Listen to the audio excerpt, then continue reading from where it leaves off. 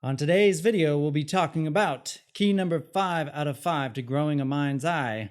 Positivity is king. Meow.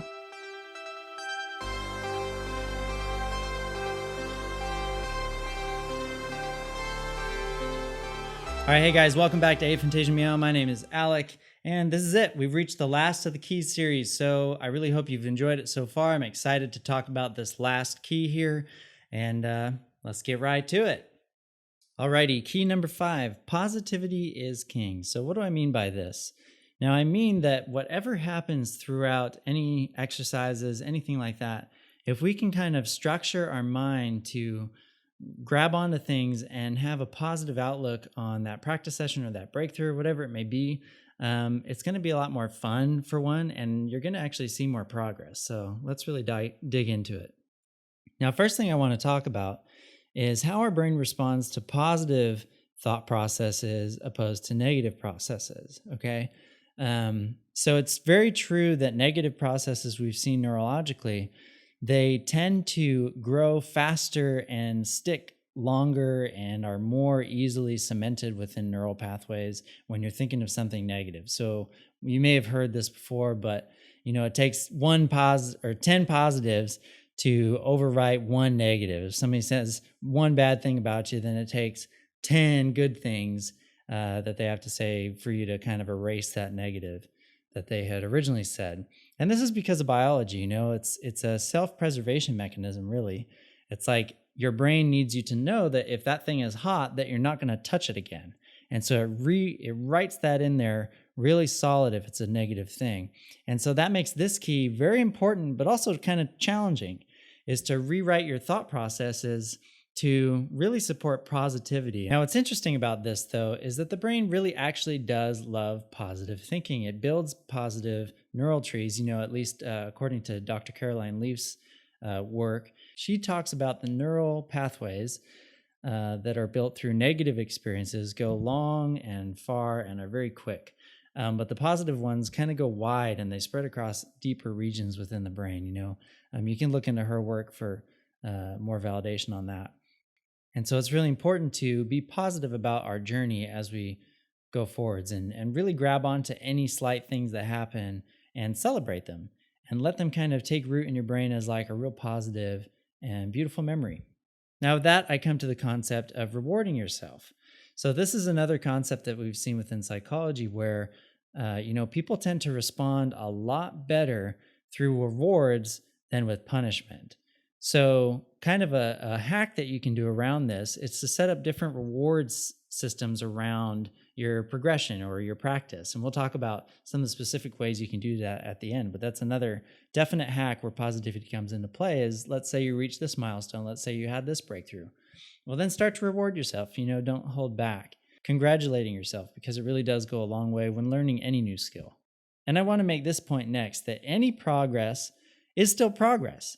So even if it's like a slight millisecond longer of a visual image that you're able to perceive than yesterday, well, that's still a millisecond longer.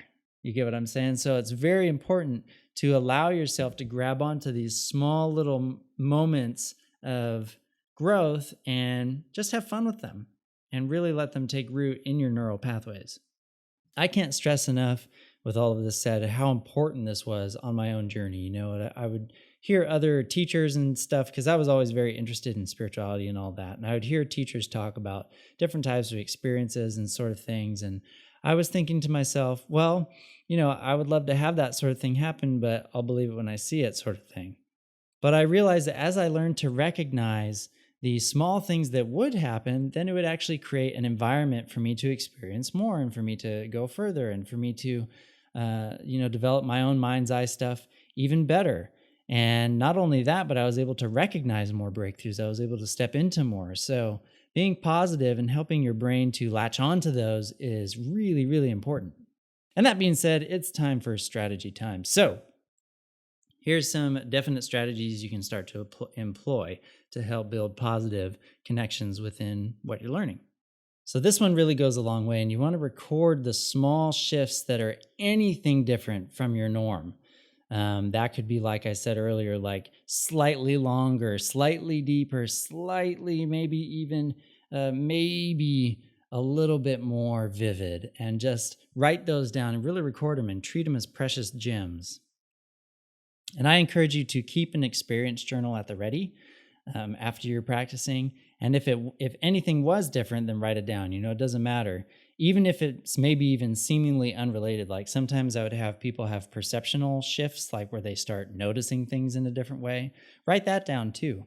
And of course, I've been saying this throughout, but celebrate the small breakthroughs. So any tiny thing that might be different, just celebrate it. Celebrate it with yourself. Write it down. Make a fun image around it. Draw on it. Write it down in that journal and treat it like a precious metal.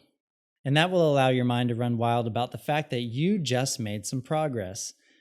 And that's a huge thing and not to be taken lightly. Also, one of the most fun things to do is to celebrate your breakthroughs with others. Talk to other people about, hey, I was able to shift this, and let other people get in on the celebration and build you up. Like, wow, great job. I mean, it feels so amazing to have a goal and then to work towards it, see a little bit of progress, and have somebody validate that as you're journeying through it. So if you have other aphantasic friends that you can share with, or other people that already do visualize but would love to hear about your progression, make sure you share it with them and just remember those moments and keep them precious to your heart. The last key I would say is plan rewards for yourself. And I suggest two types of rewards.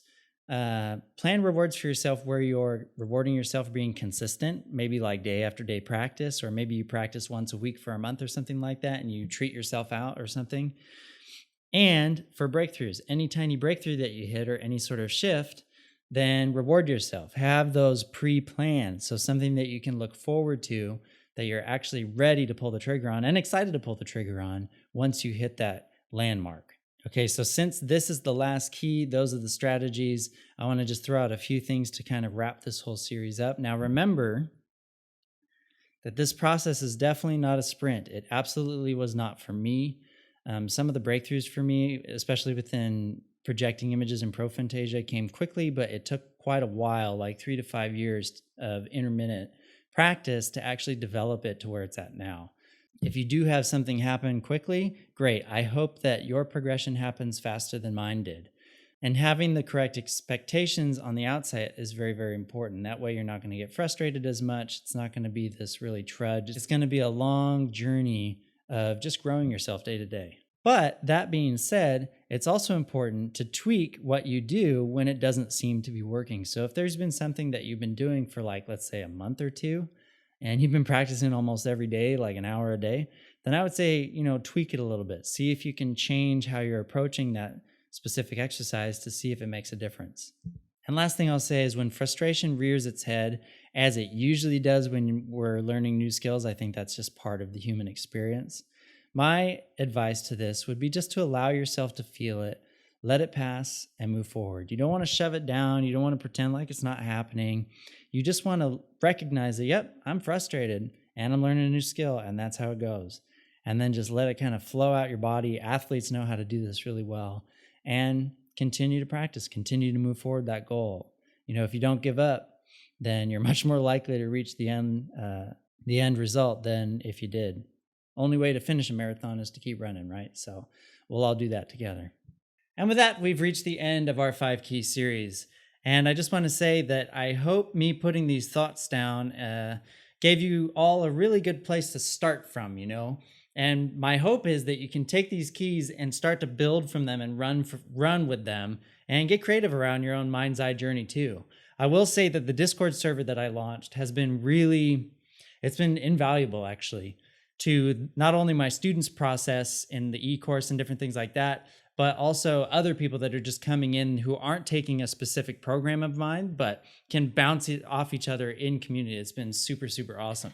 So to continue developing, I encourage you to jump in there to continue the conversation, read about other people's techniques and what, breakthroughs other people have had so far.